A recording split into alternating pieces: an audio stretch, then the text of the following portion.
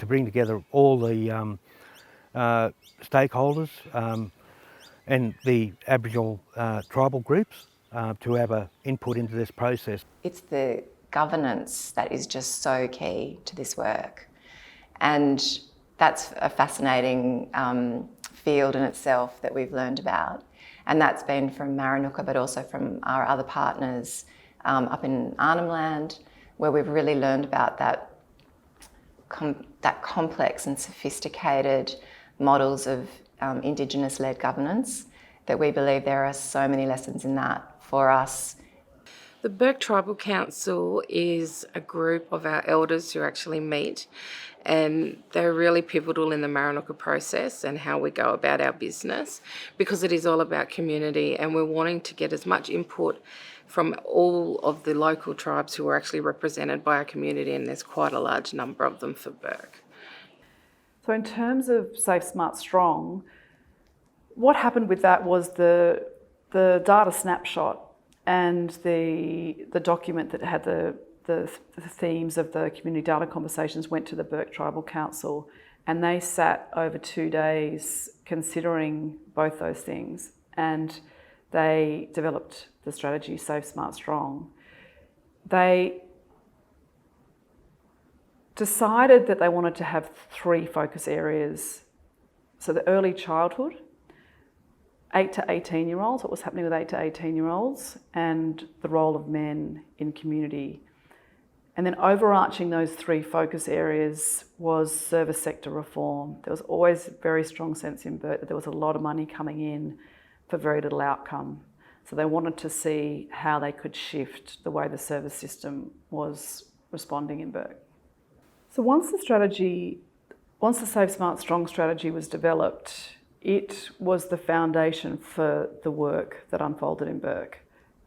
The working groups were set up, and it provided a focal point for those working groups that the Burke Tribal Council had not only set broad aspirational goals across those 3 focus areas, but had also been very clear on the outcomes that they wanted to see across those 3 areas.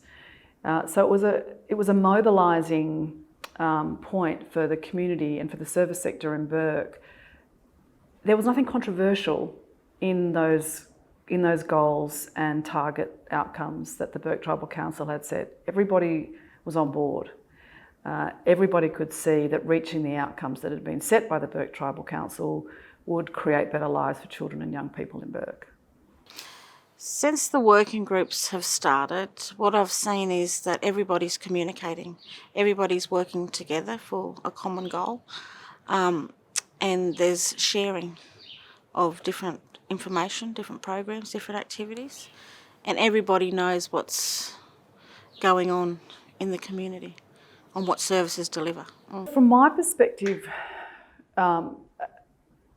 being a part of those working groups, I could see that more and more people would attend those groups and engage with the strategy. So what the Burke Tribal Council had said was, look, here's where we want to get to. We've got some ideas about how to get there, but they're just ideas at this point. So the idea of the working groups was that they would develop those strategies. As those working groups continued, people started getting ownership over those strategies.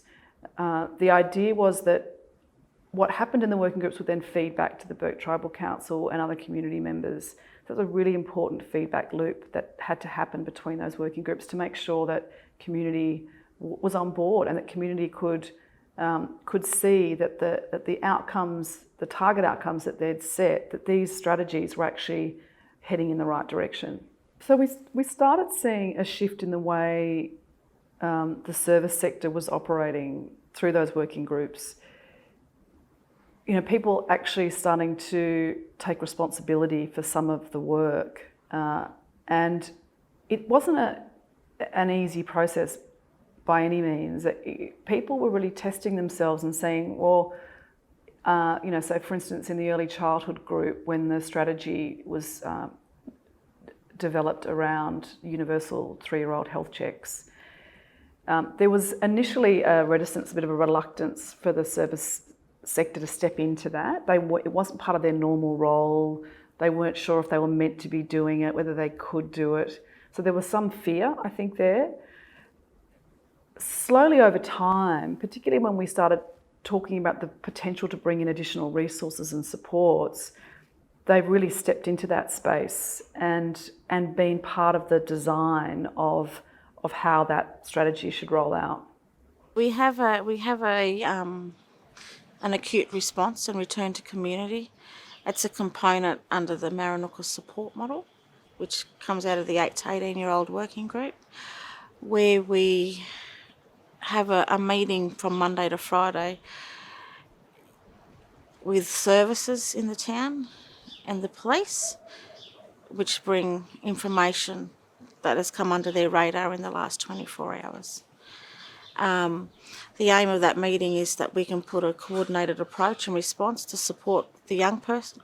The check-in is so important to me and our program because it enables us to have an immediate response to members of the community who may have experienced domestic and family violence. And it enables that quick response. We can go out and have the conversations with them, see if they're wanting extra support, refer them on to other agencies if they're wanting additional support, other than the domestic family violence. There were processes in place and there were meetings and there was collaboration and exchanging of information, but it wasn't to the degree or the scope that it is now. So I think it's brought everyone to the table, whereas I think there was probably perhaps an NGO sort of collaboration, and there was a government collaboration, where all those have merged now, and it's now working really, really well. Yeah, I think the essential ingredient that has made this process work is probably back to basics, beyond legislation and those types of things. It's building interpersonal relationships, and it's having that network and the trust with all our partners and stakeholders. If you don't have that first, then the information won't flow. So there was a significant investment by the police and obviously other partners to make sure we built that relationship first of all. And we're now reaping the rewards of that. One of the areas of success here has been people's preparedness to get together and form genuine relationships, regardless of what agency or NGO or stakeholder group you're from. And that's the value in having our daily meetings. We get together, we try and lighten the mood a bit and have that relationship, and then we can get on with the business of cracking into what needs to be addressed. So certainly that collaboration, but there needs to be some genuine and authentic coordination of the collaboration. It's been fantastic to see the increasing relationships between agencies and between non-government agencies and also the government agencies like the police and FACS and health. I've really seen an improvement with the relationships between all of us.